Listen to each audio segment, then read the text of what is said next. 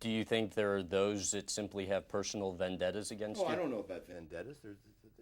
There's some people that there's some people in this world don't think I could hit. I got cheated to get hits. Now all of a sudden I use cork bats. Is that why I hit all them damn home runs? Because And I use cork bats? 20 years after the fact, I used a cork bat. I didn't use no cork bat. I had cork in my arms. You're supposed to laugh at that, man. You can relax. why do you think it took so long to get that initial meeting? I don't know. Commissioner That's Sealer? you're asking the wrong guy, man. You got to ask the people that didn't receive my phone calls, that didn't accept my letters. Well, in your mind. I don't know. I don't speculate on something I don't know. They didn't need to. There was no reason for it. Now all of a sudden, if fans show that they like you, if fans support you, baseball's not stupid, but baseball does what the fans want usually. So when you're introduced with Ted Williams and Henry Aaron and Willie Mays and Sandy Koufax, and you get the biggest ovation, hey, let's set the alarm, man. Maybe people do like this guy. You said you had a very positive meeting with the commissioner. Twice. Right, in November of '02. What transpired in it? Just a very cordial meeting, and we both love the game of baseball. We're both historians of the game. We both care about the game, and I made a mistake. I can't, Jimmy, I wish I could look out the window and just change everything that happened in '87 and '88, but I can't do it. It's part of history. All you can do is be a better person for it. And a lot of people don't want you to do that. They won't give you a second chance. This is America, man. You're given a second chance. You're supposed to be given a second chance. It's sad for me to sit here and tell you that if I'd have been a drug addict, or if I'd have been an alcoholic, or if I'd have beat my wife, they would have paid for my rehab, and I'd have been given a second, third, fourth, fifth chance. I don't understand that.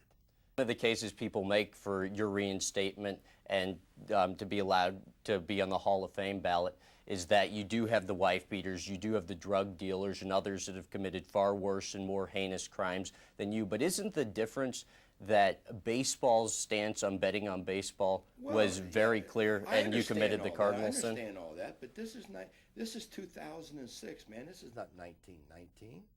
And the guys that got kicked out of baseball in 1919 were found innocent in a court of law.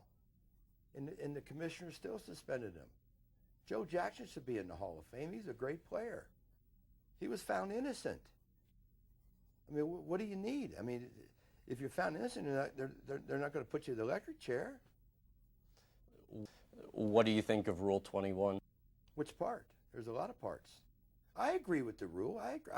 I just told you 5 minutes ago I was wrong with what I did, but I did it. I can't take it back. I can't take it back. Mike Schmidt told me at that meeting with the commissioner, you all were putting together itinerary to have a national press conference shortly following the Super Bowl of that year to announce your reinstatement. That's one reason why the book came out when it did, okay? Because the book was originally supposed to come out in March. And my people, who are smarter than me, said, well, if you're going to get reinstated around Thanksgiving, let's try to come out with the book in December, because a book is a money deal. There again, I'm probably the only guy in this country that got paid for doing a book. No one else ever gets any money for doing books. But I did, okay? If you listen to the press, I'm the only guy that should have did my book for nothing, okay? And then we tried to get for December, and we couldn't. We couldn't make the deadline, which was December 15th, to get on the shelves for Christmas. And then Rodale, who was a multi-million-dollar publisher, decided on the date they decided on, which was a Thursday. Okay, when they decided that date, they didn't know that new Hall of Famers were going to be introduced on Monday.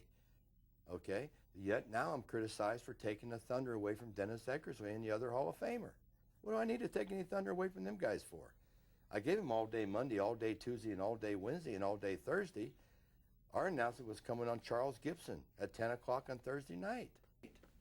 What did that itinerary entail?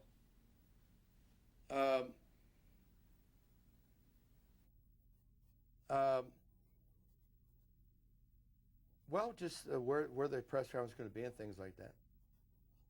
And in other words, the vibrations we got that reinstatement was real close. And then never Something happened. Something happened to Bud. You have to ask Bud what happened. I don't know what happened. You have to ask Bud. You've previously told me you think Commissioner Selig's a fair and honest man. He's got a tough job, man. I wouldn't want his job. How do you feel that way, though, when he invites you out to meet with him at his office in Milwaukee, November of '02?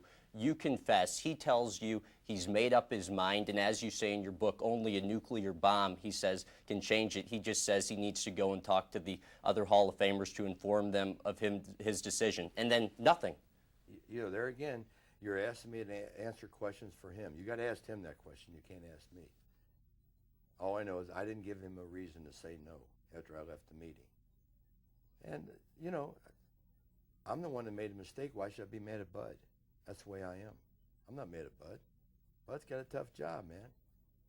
I wouldn't want to be that commissioner of baseball or football or basketball. Do you feel betrayed? No, I don't feel anything. Disappointed. That's how I feel.